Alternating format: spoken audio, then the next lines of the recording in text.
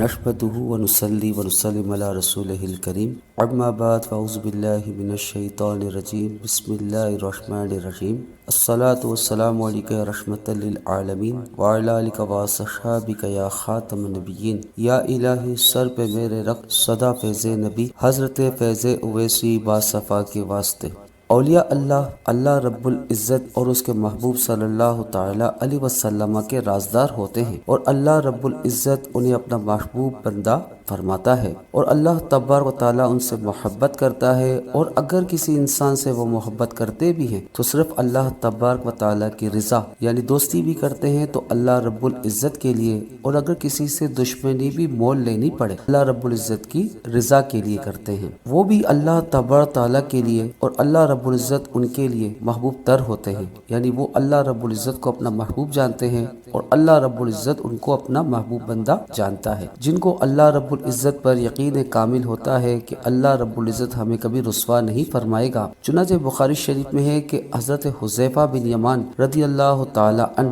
جو حضور نبی کریم صلی اللہ تعالی علیہ وسلم کے رازدار صحابی ہیں، ان رازوں کو جانتے تھے جن کو کوئی نہیں جانتا تھا۔ حضرت علی کرم اللہ تعالی وجہ الکریم فرماتے ہیں کہ غیب بتانے والے آقا و مولا حضور نبی کریم صلی اللہ تعالی علیہ وسلم نے مجھے علم کے 70 ابواب سکھائے اور میرے سوا یہ علم کسی کو نہ دیا۔ حضرت ابو ہریرہ رضی اللہ تعالی عنہ بھی باطنی علوم کے حصول میں نمایاں مقام کے حامل ہیں۔ آپ رضی اللہ تعالی عنہ فرماتے ہیں کہ میں نے غیب بتانے والے آقا و مولا صلی اللہ تعالی علیہ وسلم سے علم کے 2 برتن محفوظ کیے، ایک تو تم لوگوں میں پھیلا دیا، لیکن اگر دوسرا پھیلاؤں تو میری شیرب کاٹ دی جائے۔ یہ بخاری شریف کی حدیث ہے، اور اس کے متعلق حضرت علامہ عینی شارح بخاری نے اس حدیث کے تحت فرماتے ہیں کہ غالباً پہلے علم سے مراد علم احکام و اخلاق، اور دوسرے علم سے مراد علم اسرار جو نا اہلوں سے محفوظ اور اہل معرفت علماء ربانین کے لیے مخصوص ہے۔ علم کی 2 اقسام ہیں، علم ظاہری اور علم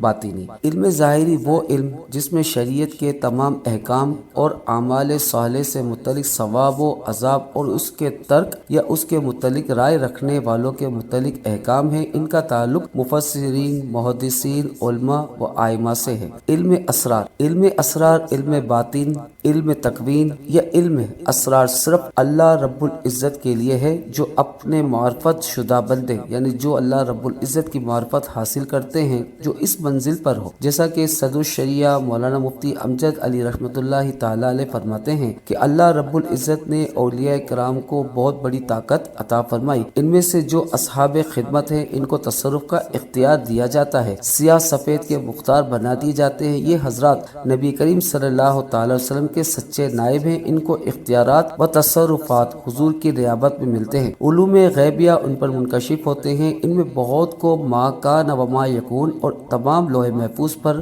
متعلق کیا جاتا ہے۔ قاضی ثناء اللہ پانی پتی تفسیر مظہری میں لکھتے ہیں، یہ تعلیم کتاب و حکمت کی تعلیم سے جدا نوعیت کی ہے، شاید اس علم سے مراد علم لدنی ہے جو قرآن کے باطن اور نبی کریم صلی اللہ تعالی علیہ وسلم کے سینے مبارک سے حاصل ہوتا ہے، اور اس کا حصول صرف انعکاس ہی کے ذریعے ممکن ہے، یعنی یہ علم کتابوں سے نہیں ملتا بلکہ حضور نبی کریم صلی اللہ تعالی علیہ وسلم کے سینے مبارک سے علم لدنی کے تجلیات و انوار اولیاء کرام کے قلوب پر منعکس ہوتے ہیں، اور پھر سینہ بسینہ یہ اسرار و معارف اہل اللہ کو حاصل ہوتے ہیں، اور جو اہل اللہ حاصل کر کے تشنگان معرفت کے دلوں پر منعکس کرتے ہیں۔ اسی باطنی علم کو علم لدنی، علم اسرار، علم باطنی اور علم تصوف و طریقت کہتے ہیں۔ سورہ کہف میں ارشاد باری تعالیٰ ہوا اور اسے ہم نے اپنا علم لدنی عطا کیا، یعنی کون؟ خضر علیہ السلام کو اللہ رب العزت نے علم لدنی عطا کیا۔ مفسرین فرماتے ہیں علم لدنی سے مراد باطنی علم ہے جو بغیر الفاظ و عبارت کے محض اللہ رب العزت کی تعلیم سے بطریق الہام جسے وحی خفی بھی کہا جاتا ہے اس سے حاصل ہوتا ہے۔ چنانچہ بخاری شریف میں ہے کہ حضرت موسیٰ علیہ نبینا علیہ الصلوۃ والسلام جب حضرت خضر علیہ السلام کے پاس حکم الہی سے تشریف لے گئے تو انہوں نے فرمایا، اے موسیٰ میں اللہ رب العزت کے دیے ہوئے علم میں سے ایک ایسے علم پر ہوں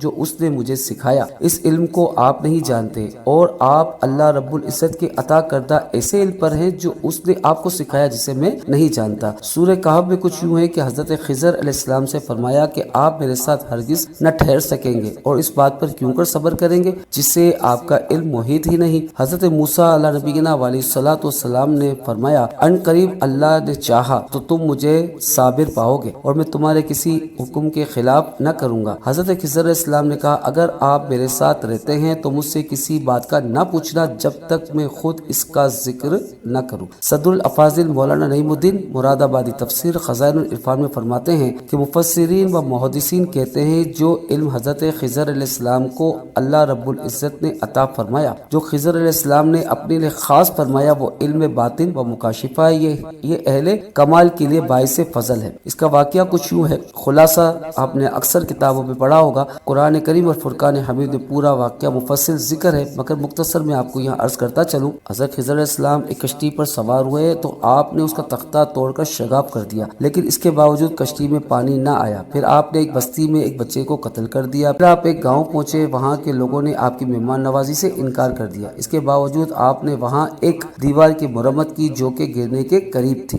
تینوں کاموں میں حضرت موسیٰ علیہ السلام نے اعتراض کیے۔ آخرکار خضر علیہ السلام نے فرمایا اب ہمیں جدا ہونا پڑے گا، البتہ میں آپ کو ان کاموں کے راز بتاتا ہوں جنہیں بظاہر خلاف شرع دیکھ کر آپ نے مجھ پر اعتراض کیے۔ میں نے وہ کشتی اس لیے عیبدار کر دی کہ دریا کے پار ایک ظالم بادشاہ صحیح سلامت کشتیاں چھین لیتا تھا، اس طرح ان غریبوں کی کشتی ظالم بادشاہ سے محفوظ رہ گئی۔ وہ لڑکا جس سے میں نے قتل کیا وہ کافر تھا، اس کے والدین مسلمان تھے۔ مجھے ڈر تھا کہ اگر یہ لڑکا زندہ رہا تو اس کے والدین اس کی محبت میں کافر نہ ہو جائیں، اس کے عوض اللہ تعالیٰ انہیں نیک اولاد عطا فرمائے گا۔ پھر آپ نے فرمایا رہی وہ دیوار، وہ شہر کے 2 یتیم بچوں کی تھی اور اس